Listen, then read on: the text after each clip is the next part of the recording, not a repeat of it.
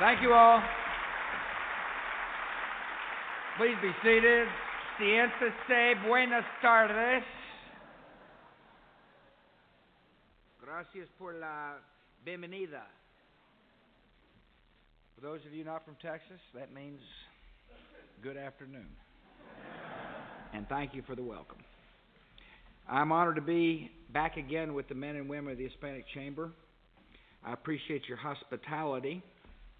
I'm pleased to report the economy of the United States is strong, and one of the reasons why is because the entrepreneurial spirit of America is strong, and the entrepreneurial spirit of America is represented in this room.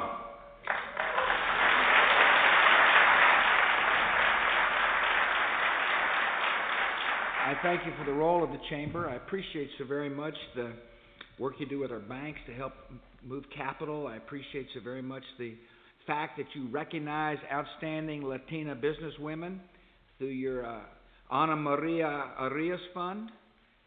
I appreciate the fact that you say loud and clear, El sueño americano es para todos. I strongly believe that the role of government is to make it clear that America is the land of opportunity. I think the best way to do that is to encourage business formation, encourage ownership, is to say if you work hard and dream big, you can realize your dreams here in America. I also believe it's essential to make sure that when people take risk, that they're able to keep more of their own taxes.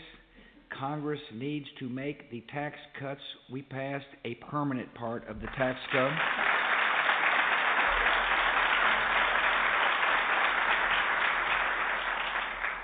I know that in order for us to make sure El sueño americano es para todo, that we have an education system that sets high standards for all children, demands accountability in our schools so that we can say with certainty children from all backgrounds are able to read and write and add and subtract.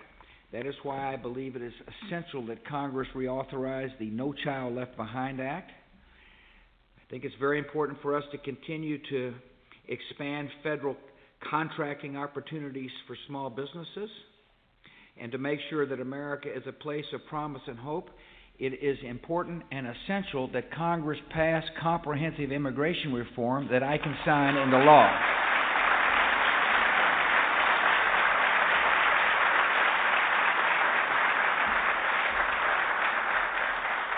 I want to talk about another important priority for our country, and that is helping our neighbors to the south of us build a better and productive life. On Thursday, Laura and I are going to leave on a trip that will take us to Brazil and Uruguay and Colombia, and Guatemala, and por fin Mexico. These are countries that are part of a region that has made great strides toward freedom and prosperity. They've raised up new democracies.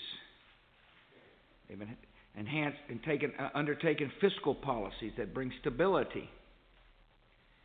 Yet despite the advances, tens of millions in our hemisphere remain stuck in poverty and shut off from the promises of the new century. My message to those trabajadores y campesinos is you have a friend in the United States of America. We care about your plight.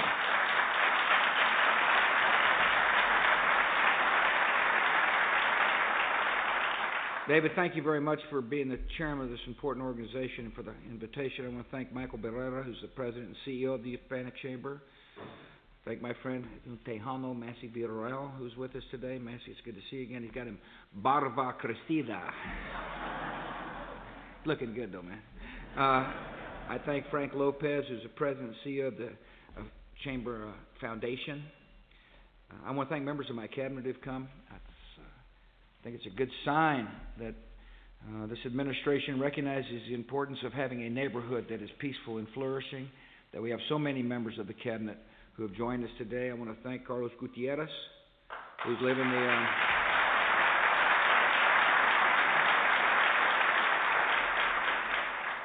Secretary of Labor Elaine Chao, Madam Secretary. the Secretary of Health and Human Services, Michael Levitt, the Secretary of Education, Margaret Spellings, Madam Secretary. Thank you all for coming. Tom Shannon, representing the State Department, Ambassador Randy Tobias, who runs USAID, who, by the way, prior to this assignment, led one of the most important initiatives in my administration that has helped to fight the pandemic of HIV/AIDS. I appreciate your service there, and I now appreciate your service at USAID, Randy. I want to thank John Verano, who's with us today, who's the Deputy U.S. Trade Representative. We've got members of the United States Congress with us today, powerful members of the Senate and the House. I am so grateful they are here, starting with Senator Dick Lugar of the great state of Indiana. Appreciate you coming.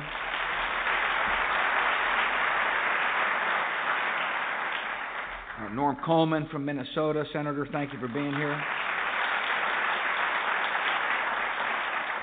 Buddy of mine, Jerry Weller, Congressman Weller from Illinois. Proud you're here. Thanks for coming. Los embajadores están aquí, the ambassadors, thank you all for being here. I see some of the ambassadors for the countries to which I'll be going. I'm sure all of them are here, and I appreciate you coming. Thanks for your time. This is an important speech for me today. It's a speech that sets out a direction for this country in regards to our neighborhood. That former president gave such a speech 46 years ago this month. President John Kennedy spoke to ambassadors from across the Americas, this time in the East Room of the White House. He began by citing the early movements of independence in the Latin American republics. He invoked the dream of a hemisphere growing in liberty and prosperity. That's what he talked about 46 years ago. He proposed a bold new alliance for progress to help the countries of this hemisphere meet the basic needs of their people. Safe homes and decent jobs and good schools, access to health care. In the years since President Kennedy spoke, we have witnessed great achievements for freedom in this neighborhood. As recently as a generation ago, this region was plagued by a military dictatorship and consumed by civil strife. Today, 34 members of the OAS have democratic constitutions. And only one member country lives under a leader not of its people's choosing. From New York, Rio de Janeiro to Buenos Aires and Montreal, we speak different languages. But our democracies all derive their legitimacy from the same source, the consent of the governed. The expansion of freedom has brought our societies much closer. Today, the most important ties between North and South America are not government to government.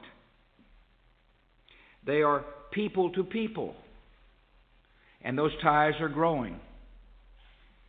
These ties are growing because of our churches and faith-based institutions, which understand that the call to love our neighbors as ourselves does not stop at our borders.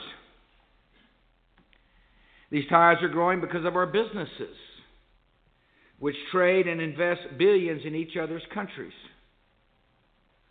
These ties are growing because of the outreach of our universities, which brings thousands of exchange students and teachers to their campuses.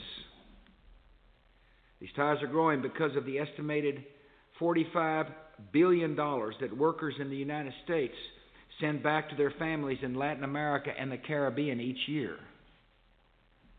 One of the largest private economic initiatives in the world. In all these ways, our two continents are becoming more than neighbors united by the accident of geography. We're becoming a community linked by common values and shared interests in the close bonds of family and friendship. These growing ties have helped advance peace and prosperity on both continents. Yet, amid the progress, we also see terrible want. Nearly 1 out of 4 people in Latin America lives on less than $2 a day. Many children never finish grade school. Many mothers never see a doctor. In an age of growing prosperity and abundance, this is a scandal and it's a challenge. The fact is that tens of millions of our brothers and sisters to the South have seen little improvement in their daily lives. And this has led some to question the value of democracy.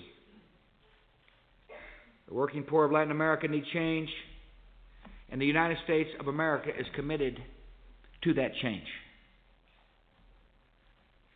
It is in our national interest. It is in the interest of the United States of America to help the people in democracies in our neighborhoods succeed. When our neighbors are prosperous and peaceful, it means better opportunities and more security for our own people. When there are jobs in our neighborhood, people are able to find work at home and not have to migrate to our country. When millions are freed from poverty, societies are stronger and more hopeful. So we're helping to increase opportunity by relieving debt and opening up trade, encouraging reform, and delivering aid that empowers the poor and the marginalized. And the record of this administration in promoting social justice is a strong record and an important record. Social justice begins with building government institutions that are fair and effective and free of corruption. In too many places in the Americas, a government official is seen as someone who serves himself at the expense of the public good, or serves only the rich and the well-connected. No free society can function this way. Social justice begins with social trust. So we're working with our partners to change old patterns and ensure that government serves all its citizens. One of the most important changes we are making is the way we deliver aid. We launched a new program called the Millennium Challenge Account, which provides increased aid to nations that govern justly, invest in the education and health of their people, and promote economic freedom. So far, we've signed Millennium Challenge compacts with 3 Latin American nations. We've also signed an agreement with a 4th country that is working to meet the standards to qualify for a compact on its own. In the coming years, these agreements will provide a total of $885 million in new aid, so long as these countries continue to meet the standards of the Millennium Challenge program. We'll send more as we reach more agreements with other nations. By the way, this aid comes on top of the standard bilateral assistance that we provide. When I came in office, the United States was sending about $860 million a year in foreign aid to Latin America and the Caribbean. Last year, we nearly doubled that amount to a total of $1.6 billion. Altogether, thanks to the good work of members of the United States Congress, we have sent a total of $8.5 billion to the region, with a special focus on helping the poor. Let me share with you one example of how our aid is working for people in the region. Oh, it's a small example, but it had profound impact. A few years ago, we funded a project to help a town in Paraguay set up a website that makes all local government transactions public, from budget spending to employee salaries. The purpose was to help the people of Villarrica improve their local governance through greater transparency. It was a small gesture at first, but when they brought transparency into their government, they discovered that some government employees had used fake receipts to embezzle thousands of dollars from the city government. The mayor informed the public, and the employees who had stolen the money were tried and convicted, and they paid it back. For the people of Paraguay, this was an historic achievement. A local government had called its own officials to account at a public and transparent trial. The United States can help bring trust to their governments by instilling transparency in our neighborhood. It didn't take much of a gesture, but it had a profound impact. We're working for similar results in other nations. In El Salvador, we opened one of our international law enforcement academies. The new academy is helping governments in the region build effective criminal justice systems by training law enforcement officers to combat the drug lords and the terrorists and the criminal gangs and the human traffickers. Our efforts to strengthen these civic institutions are also supported by more than government, but by private programs run by U.S. law schools and professional associations and in volunteer organizations. In the coming months, this administration will convene a White House conference on the Western Hemisphere that will bring together representatives from the private sector and non-governmental organizations and faith-based groups and volunteer associations. The purpose is to share experiences and discuss effective ways to deliver aid and build the institutions necessary for a strong civil society. Is it in our interest we do so? Absolutely, it's in our interest. A transparent neighborhood will yield to a peaceful neighborhood, and that's in the interest of all citizens of our country. Social justice means meeting basic needs. The most precious resource of any country is its people. And in the Americas, we are blessed with an abundance of talented and hardworking citizens. Decent, honorable people who work hard to make a living for their families. But without basic necessities like education and health care and housing, it is impossible for people to realize their full potential, their God-given potential. Helping people reach their potential begins with good education. That's why the Secretary of Education is here. Many people across the Americas either have no access to education for their children or they cannot afford it. When children don't learn how to read, write, and add and subtract, they're going to be shut off for the jobs of the 21st century. They'll be condemned to a life on the margins, and that's not acceptable. The United States is working for an America where every child has access to a decent school. It is a big goal, but it is a necessary goal as far as we're concerned. When people in our neighborhood reach their full potential, it benefits the people of the United States. Over the past 3 years, we provided more than $150 million. In 3 years' time, we spent $150 million for education programs throughout the region, with a special focus on rural and indigenous areas. Today, I announce a new partnership for Latin American youth that's going to build on these efforts. This partnership will devote an additional $75 million over the next 3 years to help thousands more young people improve their English and have the opportunity to study here in the United States. I think it's good policy when people from our neighborhood come to our country to study.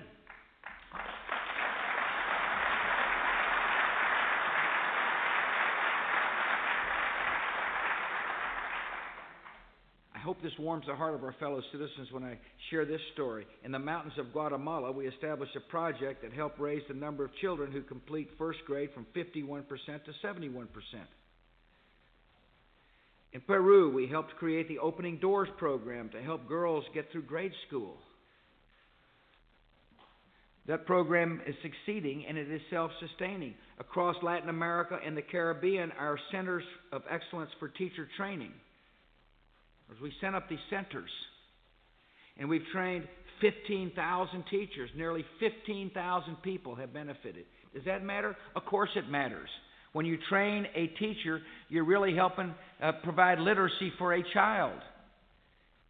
These teachers have helped improve the literacy skills for nearly 425,000 poor and disadvantaged students. It's important for our fellow citizens and the citizens in our neighborhood to understand that the United States of America is committed to helping people rise out of poverty, to be able to realize their full potential, and that starts with good education. By 2009, we expect to have trained a total of 20,000 teachers through these centers and reached 650,000 students. One person who's benefited is a young girl in the Dominican Republic named Lorene. By the time she was 10, she had been in first grade 3 times, and she had never passed. When her mother enrolled her in school again, Lorena said, "Teacher, teach me to read because I have learning problems." With patience and hard work, this good woman taught Lorena to read and write. The teacher says she had watched Lorena blossom and that she never would have been able to reach this girl without the know-how acquired through our teacher training program. Societies can change one heart at a time. Here is an example of the good work of the American people taking place in our neighborhood. Another person who felt the impact of U.S. education assistance is a 25-year-old Mexican named Victor Lopez Ruiz. Victor's family lives in Chiapas, where opportunity is in short supply and the people tend to speak only the languages of the local communities.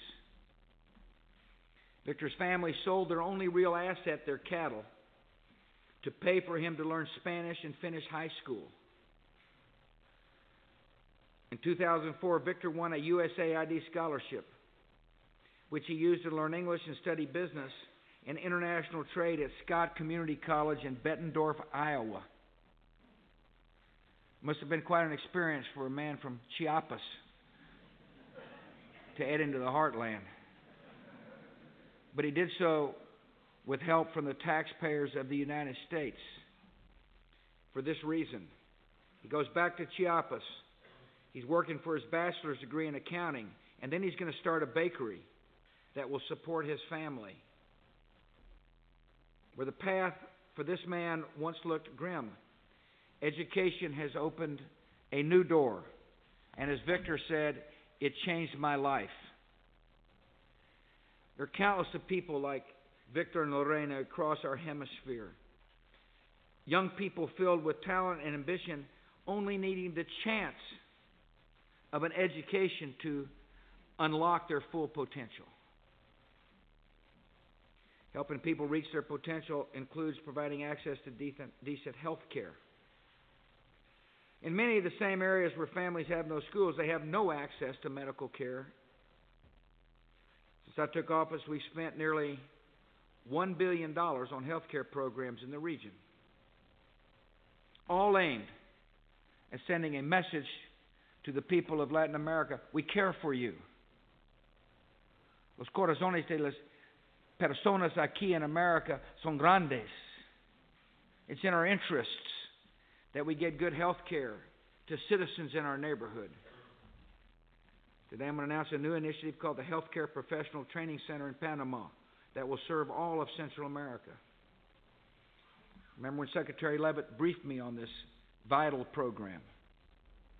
The center is going to teach students how to be good nurses and technicians and healthcare workers. It will also train people so they can go back to their home countries and teach others the same skill sets. In all these efforts, it's important for you to understand the role our United States military plays. In June, I'm going to send one of our Navy's medical ships, the Comfort, to the region. The Comfort will make port calls in Belize and Guatemala and Panama and Nicaragua and El Salvador and Peru and Ecuador and Colombia, Haiti and Trinidad and Tobago, Guyana and Suriname. It's going to be busy. Altogether, the Comfort's doctors and nurses and healthcare professionals expect to treat 85,000 patients and conduct up to 1,500 surgeries. These are people who need help. These are people who might not otherwise get the basic health care they need to realize a better tomorrow. The Comfort was also going to partner with the Department of Health and Human Services on a new initiative to provide oral care to the region's poor. Dentists and hygienists will fill cavities and treat infections and provide treatment for the young children. At the same time, military medical teams will be operating inland to help bring treatment and care to other communities. These teams do everything from vaccinating people against disease to building new medical clinics. The United States military is a symbol of strength for this nation, but it's also a symbol of the great compassion of the American people and our desire to help those in our neighborhood who need help. The deployment of the Comfort and the work of the military teams, we're making it absolutely clear to people that we care. One good example is in an area of Nicaragua. Santa Teresa is a rural area where 250 U.S. airmen, soldiers, and Marines are now working with 30 members of the Nicaraguan Army to build a medical clinic. Many families in the area live in homes built of scrap wood with dirt floors and doorless entryways. For most of them, a doctor is too far away or too expensive. One man in Santa Teresa says, the impact of this clinic is going to be tremendous. I want you to hear the words of a fella from Nicaragua. He said, we're so glad you're here. People around here are noticing that the United States is doing something for them. And my message to the man is, we're proud to do so, and we do so because we believe in peace and the dignity of every human being on the face of the earth.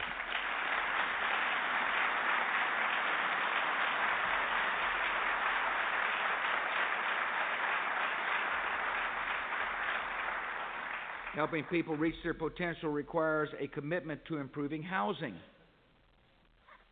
A strong housing industry can be an engine of economic growth and social stability and poverty reduction. Most Latin American capitals, high prices and high interest rates make good housing hard to afford. So the United States is launching a new effort to help build a market for affordable housing. Through the Overseas Private Investment Corporation, we've provided more than $100 million that is being used to help underwrite mortgages to working families in Mexico and Brazil and Chile and the countries of Central America. Now we're going to provide another $385 million to expand these programs and help put the dream of home ownership within the reach of thousands of more people in our neighborhood. On these three vital social issues, education and healthcare and housing,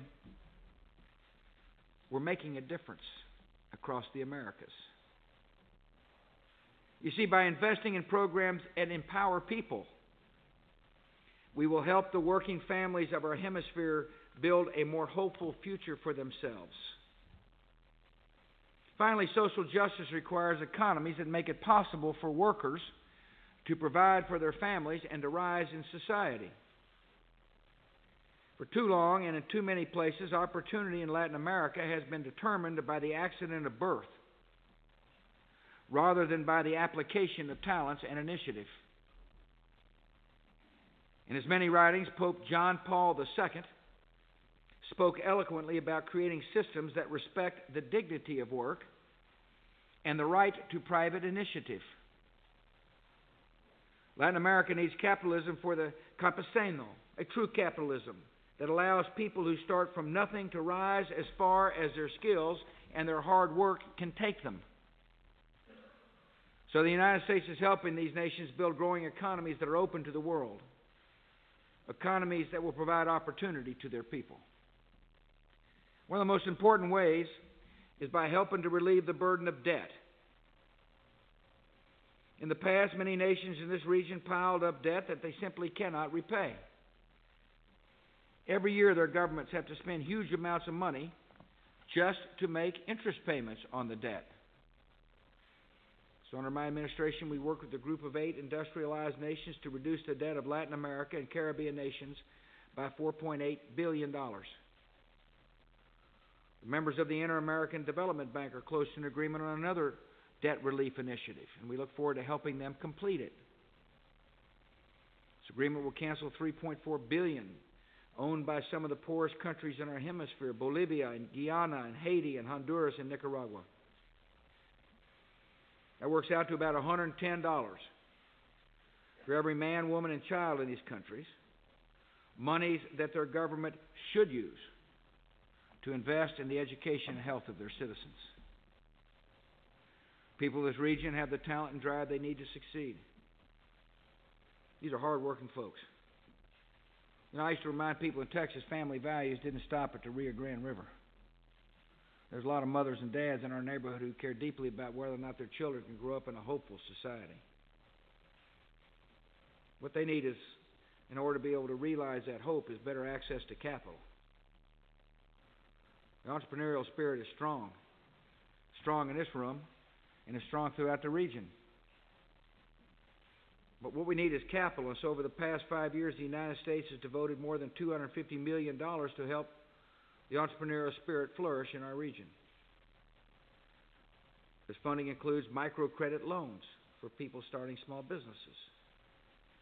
And these loans have been very successful, and I appreciate the Congress appropriating money for these microloans. I'm also directing Secretary Rice and Secretary Paulson to develop a new initiative that will help U.S. and local banks improve their ability to extend good loans to small businesses. It's in our interest that businesses flourish in our own neighborhood. Flourishing businesses provide jobs for people at home.